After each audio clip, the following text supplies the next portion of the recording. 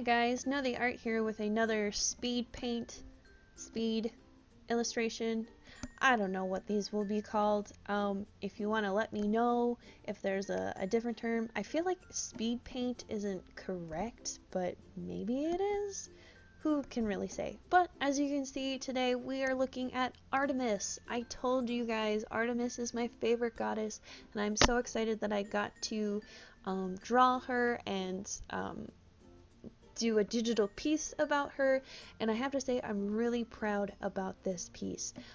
It really tested my artistic skills because I looked at a reference pose. I had a reference pose already because I was going to use it for another character that also used kind of a bow, and I thought this would be perfect for it. But I did have to change some of the posing parts of it to make it work for someone using a bow and arrow. And I had to look at my hands, especially where Artemis is holding the bowstring. I actually tried to place my arm in that position and then also take a picture to be able to do it. It was very interesting, and I'm very proud of myself for that. But the downside is I didn't notice that I drew the foot wrong until a few days ago, and it made me really sad because toes, the big toe is not on the outside of the foot. The big toe is on the inside of the foot, and when looking at the reference, they had it that way.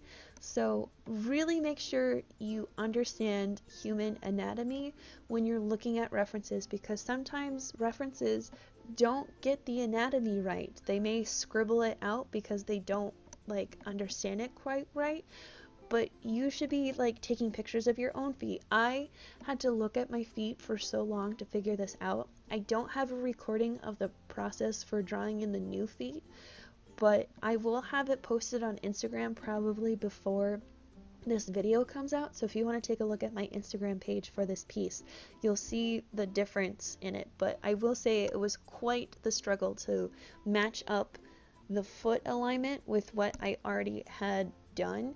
But I was impressed with myself that I could do that. And then I also changed how the hand is attached to the bow itself as it's pointing out. I thought it added a nice compositional piece as she kind of creates this nice straight view in the piece itself. So that was really nice to see as well. But let's go ahead and get started to learn a little bit about Artemis. So she is known as the goddess of the hunt and is one of the most respected of all the ancient Greek deities. It is thought that her name and even the goddess herself may even be pre-Greek. She was the daughter of Zeus, king of the gods, and a total, what was the term? Oh, well, I'm not going to say it on here, but if you listen to Spirit's podcast, it's not a very nice thing. And the Titaness Leto, and she as a twin brother, the god Apollo. Not only was Artemis the goddess of the hunt, she was also known as the goddess of the wild animals, wilderness, childbirth, and virginity, which I find very interesting that there's two contradicting things of childbirth and virginity. Also, she was a protector of young children and was known to bring and relieve disease in women. In literature and art, she was depicted as a huntress carrying a bow and arrow. Artemis was a virgin and drew the attention and interest of many gods and men. However, it was only her hunting companion, Orion, that won her heart. It is believed that Orion was accidentally killed either by Artemis herself or by Gaia, the primordial goddess of the earth. In one version of the stories of Adonis, who was a late addition to Greek mythology during the Hellenistic period, so the Hellenistic period is during the time of Alexander the Great, when he started to conquer a lot of Europe and the Middle East and that sort of stuff, and a little bit of Africa. So it's kind of the last period of ancient Greece. Artemis sent a wild boar to kill Adonis after he continued to boast that he was a far greater hunter than her, which really got me to enjoy Artemis. I know it's kind of petty that all the gods are like, how dare you say you're better than me? I am a god. But she, like, she was like, hell no, you're not. And she sends wild boars to do her job. I think she also sent, like, wild dogs after a guy that tried to, like, rape her. And she's like, hell no, my virginity is gonna be intact. And, like, sends wild dogs after them and, like, kills them. So that was really funny too. So it says, according to one source, Artemis was born a day before Apollo. She then served as a guardian to him, which provided a context for her desire to protect and nurture. As it says, she was primarily a virgin huntress, goddess of wildlife, and patroness of hunters. The bear and deer, or stag, were sacred to her. She guarded her virginity carefully. Atacion, and Orion, I'm so sorry about these Greek pronunciations, tried to dishonor or rape her, but anyone who threatened her purity met with a violent end. She was an important goddess in the lives of women, especially when it came to marriage and young creatures. When one of her nymphs was seduced by Zeus, Artemis transformed her into a bear and then killed her. Really, Artemis? You and Athena, like, why can't you just leave your, like, disciples alone? They didn't do anything wrong. It was the man's fault. The man's fault. Actually, it's just Zeus's fault. Your dad is terrible. Like, don't follow your dad. He's a terrible person. Ugh! She is also sometimes associated with the goddess of the moon. And that's why I put the moon in my piece, which you'll see later on. Is I remembered a lot of, like, modern interpretations of Artemis have moon backgrounds behind her, and I really wanted to do that with my piece as well.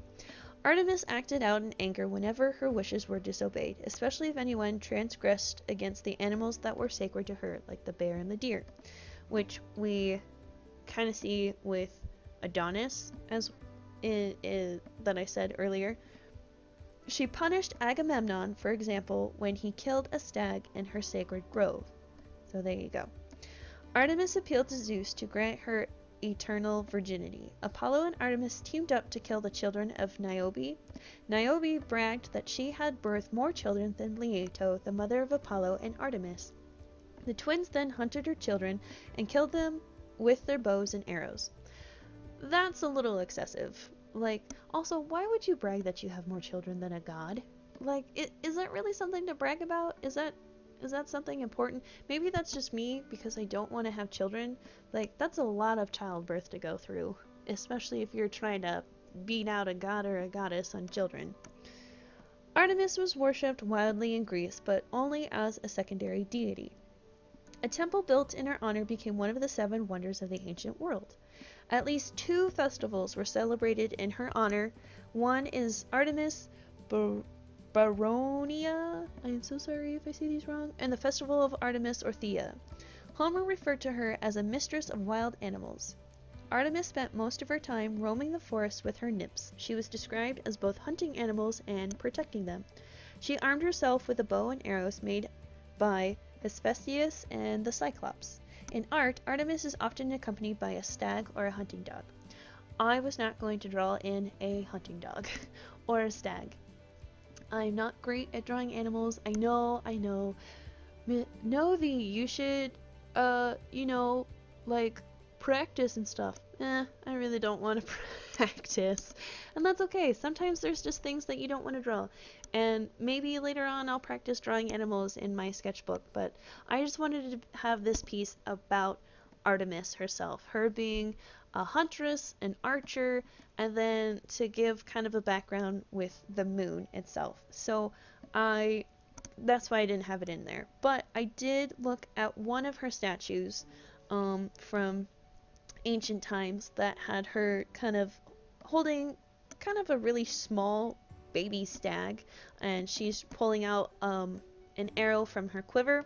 I looked at the clothing of that, and that's what I based the piece off of, along with the Athena piece that I had done previously, because if I'm going to make more like pieces about gods and goddesses, I kind of want them to be centrally connected, And so I had the idea from Athena's kind of red piece draped with her toga or whatever it's called.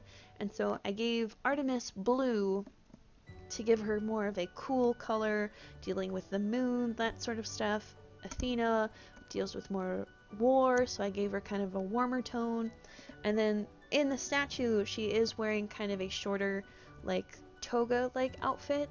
And so I thought that was perfect because since she is a huntress, she needs to be able to freely move about. That's why I kind of gave her a slit in the piece as well, and then gave her, instead of a rope tie, gave her more of a, like, cloth band around the piece anyway. She has quite a few siblings as well. She's got Ares, Aphrodite, Dionysus, Hebe, Hermes, Heracles, Helen of Troy, Hephaestus, Perseus, Minos, the Muses, and the Graces. And I think most of those are born from Zeus.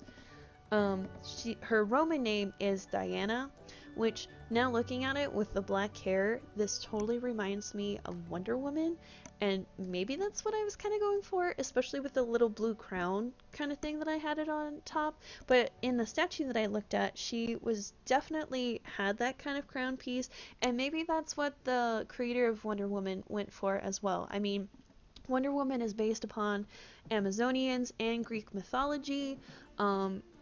Since her mother is Hippolyta, she deals with Ares, the god of war, and that sort of thing. So it's really interesting that Artemis is associated with Diana, and Diana is associated with Wonder Woman, and that sort of thing. So that's really interesting to see as well in that piece. And so I really liked how this composition came together. I really wanted to stick with kind of that cool kind of sunsetty look with the gradient background in the piece, and I think it worked out really well with all the cool tones. She kind of has a warmer skin tone in her piece, but I wanted her to be kind of like Athena in that, so that's why you kind of see me going back and forth with my Athena piece, is I wanted the same skin tone with it. I also gave her kind of the same lip color and eye color as well, just because they are siblings, and so then that way there's a connection there as well. What was interesting is this was my first time drawing like a bow, and I had to do a lot of research on that as well to see how it bends when you pull it, because I remember doing archery in middle school and I remember how much fun it was, but I couldn't quite remember how the bow like got pulled back or like how far it could bend. So I looked up trying to research bow being pulled back in Google and there was quite a bit of that, but I also wanted a bow kind of stationary so I could see what it looks like, and it kind of worked in a way, I guess. I wouldn't say it's quite great. I would say it's okay. It definitely needs work. I really wanted to go into more of like the highlights and the shadows of the piece, and I wish I took a little more time on that, but since that was like my last little bit that I had to do, I kind of rushed it, and I wish I didn't. So looking at some more facts about Artemis, it says her bow, which she uses to hunt, and her hounds, she often wears the lunar crescent on her brow, which are kind of her symbols for herself. So that's interesting. I've never seen the lunar crescent on her brow done in art before, but I guess I haven't really looked that far. It says her strengths and talents. She's physically strong, able to defend herself, defender and guardian of women and childbirth, and of wildlife in general. So I think that's why I kind of like Artemis. I'm very much into that strong, independent female. But it says here that her weakness, flaws, and quirks. She dislikes men who she sometimes orders torn apart if they see her bathing, which I find hilarious. Opposes the institution of marriage and the subsequent loss of freedom it entails for women. I don't find that a weakness or a flaw or a quirk. I find that a strength for her, I feel like whoever wrote this did not think it through on what her weakness would be. I would understand her weakness of disliking men because she does order them to be eviscerated when they look upon her when she's bathing, which I find more funny than like more than anything. But like the opposing of the institution of marriage and the subsequent loss of freedom it entails for women seems more like the positive of why you would like Artemis, and it's definitely the number one reason why I like Artemis, which I know is like hypocritical because I am married and I did take my husband's name, but I really only took my husband's name because his last name is so cool. I mean, my maiden name is pretty cool, but when I was younger, it didn't seem that interesting. Like, nobody, like, really said anything. It wasn't until I got to college where I would say what my last name is, and they'd be like, whoa, that's the coolest last name ever. That's so awesome. And it made me start to really enjoy it. But it wasn't until, like, after I got married, which, like, a month later, my grandfather, who my best friend in the whole world is, passed away, and I realized that I was the last of my line with my name, and I had just changed it. Granted, I was never going to have children to pass it on, and I do have a brother, but his last name is different from mine, but I did find out that he did want to change his last name to my maiden name, so I don't feel so bad anymore. I guess we'll kind of end it on a positive note. So, I mean, I'm not gonna have children, but my brother might, so yay! But as we come to the end, don't forget to like, comment, and subscribe, and don't forget to ring that bell to get notifications. I hope you're staying happy, healthy, and hopeful in this stressful time, and I will see you all next week. Bye!